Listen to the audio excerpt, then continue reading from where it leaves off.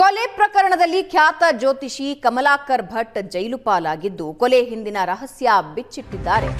Aunty Suchitra ಮಗಳು Asianet ಸುವರ್ಣ ನ್ಯೂಸ್ಗೆ ಸುಚಿತ್ರಾ ಮಗಳು ಸುಮಶ್ರೀ ಎಕ್ಸ್ಕ್ಲೂಸಿವ್ ಆಗಿ ಮಾತಾಡಿದ್ದು, ಕಮಲಾಕರ್ ಭಟ್ ಸುಚಿತ್ರಾ ನಡುವೆ 9 ತಿಂಗಳಿಂದ ಅಕ್ರಮ ಸಂಬಂಧ ಇತ್ತು.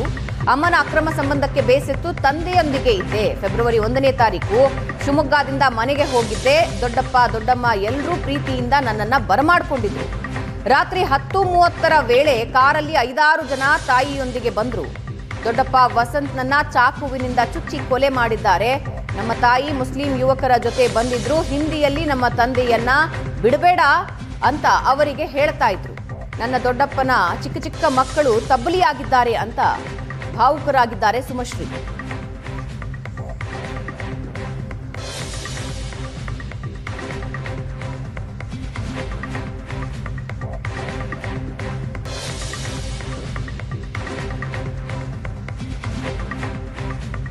ಕಮಲಾಕರ್ ಭಟ್ ಪ್ರಕರಣದಲ್ಲಿ ಒಂದು ಕೊಲೆಯಾಗಿದೆ, ಇಬ್ಬರಿಗೆ ಚಾಕು ಇರಿತ ಆಗಿದೆ.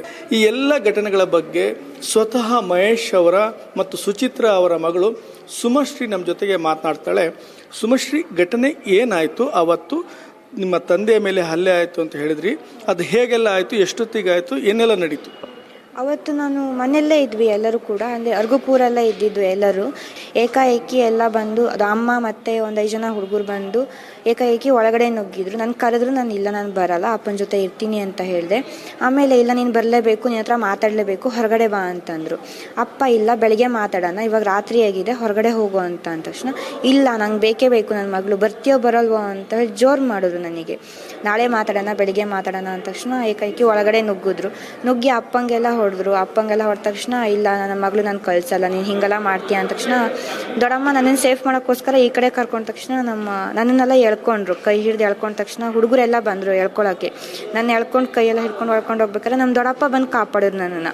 ನೀನು ಹೋಗ್ಬೇಡ, ನೀನು ಇಲ್ಲೇ ಇರು ಅಂತ ನಾನು ಎಳ್ಕೊಂಡು ದೊಡ್ಡಮ್ಮ ನನ್ನನ್ನು ಕರ್ಕೊಂಡು ಹೋದ್ರು.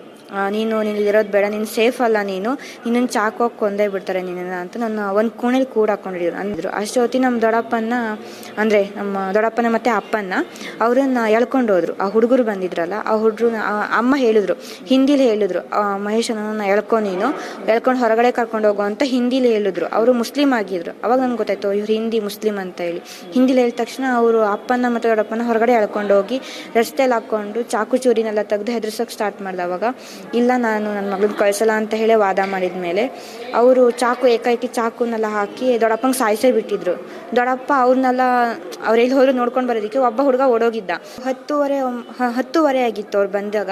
ಅವರೊಂದು 5 ಜನ ಬಂದಿದ್ರು. ಅಮ್ಮ ಒಬ್ರು ಬಂದಿದ್ರು, ರಾತ್ರಿ ಬಂದಿದ್ರು. ಅವರು 5 ಜನ ಬಂದಿದ್ರು, ಹುಡುಗರು ಬಂದಿದ್ರು. ಅವರು ಏಕಾಏಕಿ ಒಳಗಡೆನೇ ನುಗ್ಗರು, ಹೇಳಿಲ್ಲ ಕೇಳಿಲ್ಲ. ಅಮ್ಮನೂ ಕೂಡ ಸ್ಲಿಪ್ಪರ್ ಹಾಕೊಂಡು ಒಳಗಡೆನೇ ನುಗ್ಬಿಟ್ರು. ಒಂದು 17 ವರ್ಷ ಆಯಿತು ಅನಿಸುತ್ತೆ ಮದುವೆ ಆಗಿ.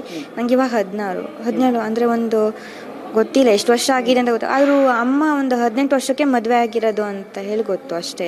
9-10 ತಿಂಗಳ ಹಿಂದೆ ಏನೋ ಚೆನ್ನಾಗೇ ಇದ್ರು, ಅಂದರೆ ಸ್ವಲ್ಪ ಜಗಳ ಮಾಡ್ಕೊಳೋದು ಇದು ಇಷ್ಟರಲ್ಲೇ ಇದ್ರು ಬಿಟ್ಟರೆ. ಆದರೆ ಅಮ್ಮನ ವಿಷಯ ಗೊತ್ತಾದವಾಗ ಅಪ್ಪ ಒಂದ್ಸಲ ಬೆದರಿಕೆ ಹಾಕಿದ್ದು ಹೌದು, ಒಂದ್ಸಲ ಹೊಡೆದಿದ್ರು ಅಮ್ಮಂಗೆ. ನೀನು ಈ ಥರ ಮಾಡ್ತಾ ಇದೆಯಾ, ಹೆಣ್ಮಕ್ಳಿದ್ದಾಳೆ, ಸ್ವಲ್ಪ ಸುಮ್ಮನೆ ಇರೋ ಅಂತೆಲ್ಲ ಮಾತಾಡಿದ್ರು. ಅಮ್ಮ ಇದೇ ಥರ ಮಾಡಿ ಸರಿ, ನಾನು ಕಮಲಾಕರ್ ಭಟ್ ಅವರು ಅವಾಗ ಪರಿಚಯ ಆದರು. ಅವರಿಗೆಲ್ಲ ಪರಿಚಯ ಮಾಡಿಕೊಂಡು ಇವರು ಇಲ್ಲ, ನಿನಗೆ ಜೀವನಾಂಶ ಅವ್ರು ಕೊಡ್ತಾರೆ, ನಿಂಗೆ ಒಳ್ಳೇದಾಗುತ್ತೆ, ನಿನ್ನ ಜೀವನ ನೀನು ಕಟ್ಕೋಬೋದು ಅಂತ ಹೇಳಿ ಅವ್ರನ್ನ ಅಲ್ಲಿ ಕರ್ಕೊಂಡೋದ್ರು. ಇಲ್ಲಿ ಕಮಲಾಕರ್ ಭಟ್ ಅವರು ಇರೋಲ್ಲಿ ಕರ್ಕೊಂಡು ಹೋಗಿದ್ರು. ಅವಾಗಿಂದ ಫುಲ್ ಚೇಂಜ್ ಆದರು ಅಮ್ಮ. ಅಂದರೆ ಮನೇಲಿ ಇರ್ತಾ ಇರಲಿಲ್ಲ, ಅವ್ರ ಜೊತೆನೇ ಹೋಗ್ತಾ ಇದ್ರು, ಅವ್ರ ಜೊತೆ ಬರ್ತಾಯಿದ್ರು. ಅವ್ರು ಒತ್ತಾಯ ಮಾಡಿ ನನ್ನನ್ನು ಶಿವಮೊಗ್ಗ ಕರ್ಕೊಂಡು ಬಂದರು.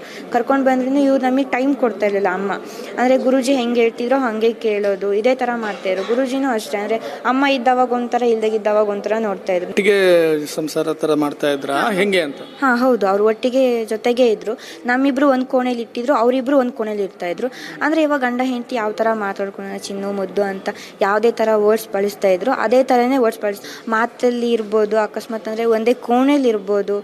ಅದೆಲ್ಲ ನೋಡಿದ ಮೇಲೆ ನನಗೆ ಅನ್ನಿಸ್ತು ಇವರು ಸಂಸಾರ ಮಾಡ್ತಿರ್ಬೋದು ಹಿಂಗೆಲ್ಲ ಅನ್ನಿಸ್ಮೇಲೆ ಅಪ್ಪಂಗೆ ನಾನು ಫೋನ್ ಮಾಡಿದೆ. ಆಮೇಲೆ ಈ ಹಿನ್ನೆಲೆಯಲ್ಲಿ ಅವರ ಮಗಳು ಮಹೇಶ್ ಅವರ ಮಗಳು ಮಾತಾಡ್ತಕ್ಕಂಥ ವಿಷಯ.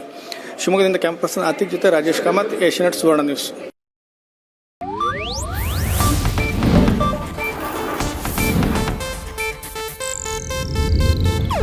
ಇದು ಏಷ್ಯಾನೆಟ್ ನ್ಯೂಸ್ ನೆಟ್ವರ್ಕ್ ಪ್ರಸ್ತುತಿ.